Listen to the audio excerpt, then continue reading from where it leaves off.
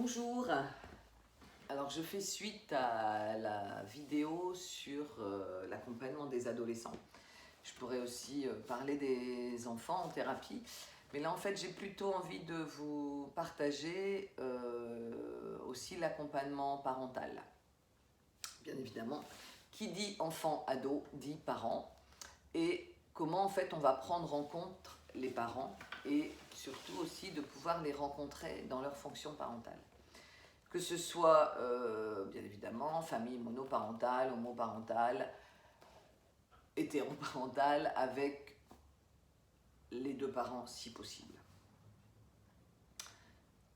Pour moi, c'est toujours important, lorsque je vais accompagner un enfant ou un ado, avant tout, de voir les parents une fois, seuls, parce que, effectivement, ce sont les parents qui portent et qui sont responsables de leur enfant et de leur ado et qui vont porter la demande vers un professionnel.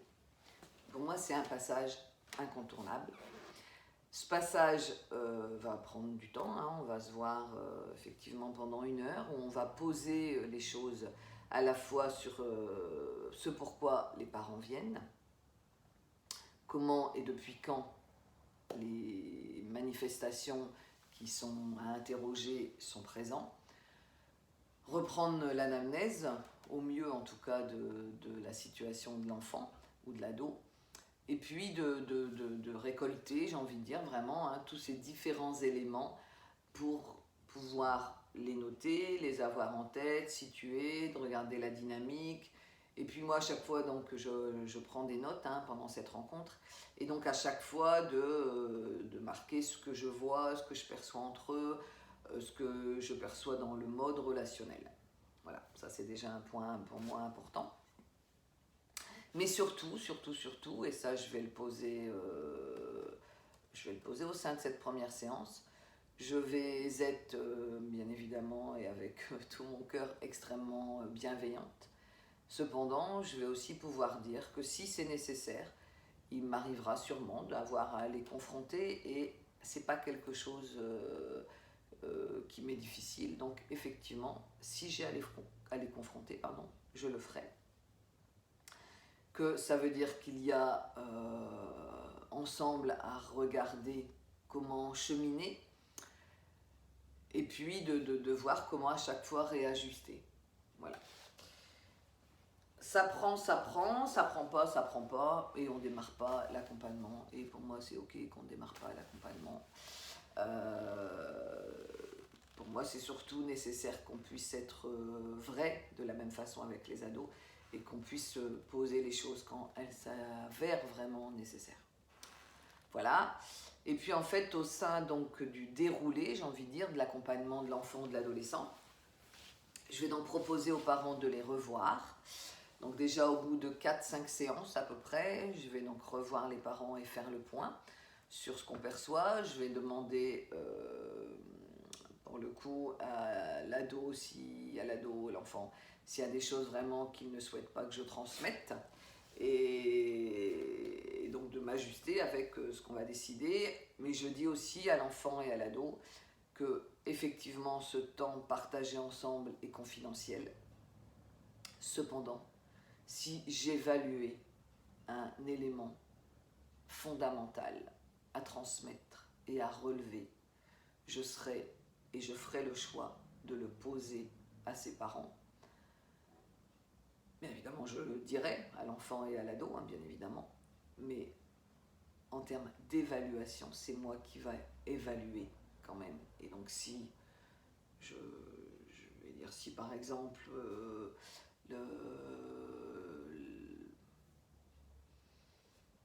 il pouvait y avoir des situations très très graves, j'en ai eu malheureusement, et à ce moment-là, donc là je pense plutôt à quelque chose au niveau de l'abus, au niveau de l'inceste, là je me dois de poser les choses. Je peux aller effectivement à faire soit un signalement, soit porter plainte.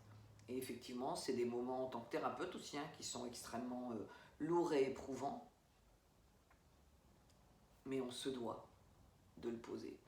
Quand je dis ça, en fait, me vient que oui, accompagner des enfants et des ados, il y a, à mon sens, en tout cas, enfin pas à mon sens, clairement, une autre responsabilité. Une responsabilité d'accompagnement de mineurs. Et donc,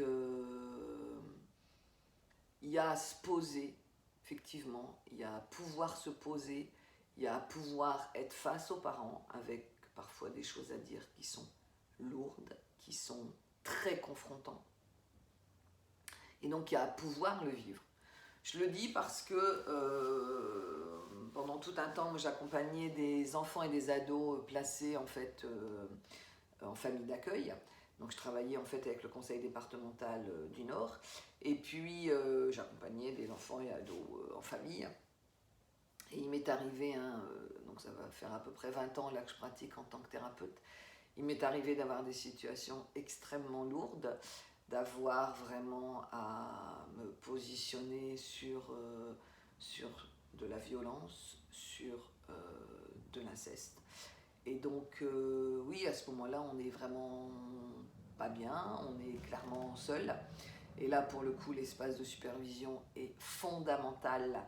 Et surtout, ne pas rester seul. Alors, la supervision, bien évidemment, comme vous le savez, vous, thérapeute, c'est dans notre code de déontologie. Donc, de fait, ça fait partie de notre pratique.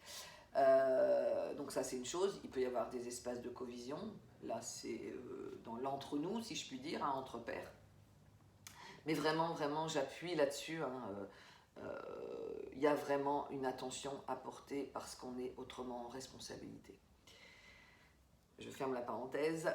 Donc, pour revenir à l'accompagnement des parents, en fait, il va y avoir à regarder les attitudes qui se vivent, la dynamique qui se vit au sein de la famille, et puis de regarder les places de chacun dans cette famille, donc avec vraiment intérêt et bienveillance. Encore une fois, il y a toujours à regarder, tiens, où je me situe plus, une attention à rester au centre de ces deux parents, si je puis dire, d'être attentive à ne pas faire alliance avec l'un ou avec l'autre. Donc il y a vraiment une posture à tenir. Il y a aussi à ce que ce soit un moment détendu, donc moi j'aime le rire, j'aime l'humour. Et en fait ce tout-là va vraiment se créer, j'ai envie de dire. Ils attendent aussi, les parents, des choses qu'on a pu repérer chez l'enfant. Et puis, moi, j'attends de voir aussi, tiens, depuis qu'on a démarré la thérapie, est-ce qu'il y a de la différence vécue, repérée au sein du quotidien. Parfois, donc c'est très étonnant, effectivement, enfin je disais très étonnant dans le sens où parfois, ce qui est manifesté en séance apparaît ne pas prendre, on va dire ça comme ça, puis tout compte fait, en famille, il y a clairement eu de la différence. Alors il peut y avoir du mouvement comme ça au sein du début, et puis à nouveau, je vais continuer à voir l'enfant ou l'ado, et puis à nouveau voir le parent, et là quelque chose stagne, quelque chose au contraire est plus vif même encore. Et donc de regarder à chaque fois aussi, si les parents aussi, pour le coup, on nous dise des choses très clairement, parfois de façon avec vivacité ou avec sans ménagement aussi. De la même façon, c'est comment on se décale, comment on ne se sent pas attaqué, comment de fait on incarne une posture où, oui, effectivement, on accompagne l'enfant, mais c'est un chemin. Et donc de ne pas prendre comme ça, puisqu'évidemment on a tout profil de parents, donc on va côtoyer, j'ai envie de dire, des parents qui vont vouloir faire alliance, des parents qui vont être attaquants, des parents qui vont être froids, des parents au contraire qui vont être très chaleureux. Enfin, bref, on reçoit vraiment effectivement plein de profils de parents avec ce qu'ils sont, avec ce qu'ils ont pu connaître dans leur vie, avec leur dynamique, avec leur état de l'instant, dans cette période-là de Covid, avec parfois beaucoup d'isolement, beaucoup de fatigue. Et donc c'est vraiment les accueillir avec ce qui se passe pour eux, et puis avec empathie bien évidemment, mais je rappelle vraiment, mais lorsqu'il y a quelque chose à dire, je le pose. Voilà, et donc ensuite, en fait, pendant tout un temps, on va plutôt écarté. Je vais aussi demander à l'enfant et à l'ado si il souhaite que je voie le parent parfois. Pour le coup, je dis bien, je te demande ton avis, mais je vais voir au fur et à mesure. Et ça arrive aussi en fait de proposer des séances en présence, parents et enfants, parents et ados, pour regarder ce qui peut être posé entre eux, que je puisse faire tiers. Bien évidemment, c'est pas toujours simple, hein, parce que pareil, là, il y a aussi des choses qui vont être dites. L'ado ou l'enfant vont parfois vraiment s'appuyer sur moi pour pouvoir dire, et moi je vais pouvoir porter. Et puis de la même façon aussi être aussi dans ce qui se passe vraiment là entre eux. Donc c'est vraiment des moments aussi qui peuvent être importants. Et puis au fur et à mesure, ça peut arriver là, hein, que je vois moins les parents. En fait, c'est extrêmement variable. Parfois, au contraire, c'est vraiment important de maintenir une rencontre régulière. Quand je dis régulière, ça peut être tous les 6 semaines, tous les 2 mois. Et puis, pour d'autres situations, je pense à une autre ado là, que j'accompagne depuis un certain temps. Ça va être vraiment très, très, très espacé, donc plusieurs mois d'affilée. Et elle fait son chemin, j'ai envie de dire. Je ne rentrerai pas là dans les détails.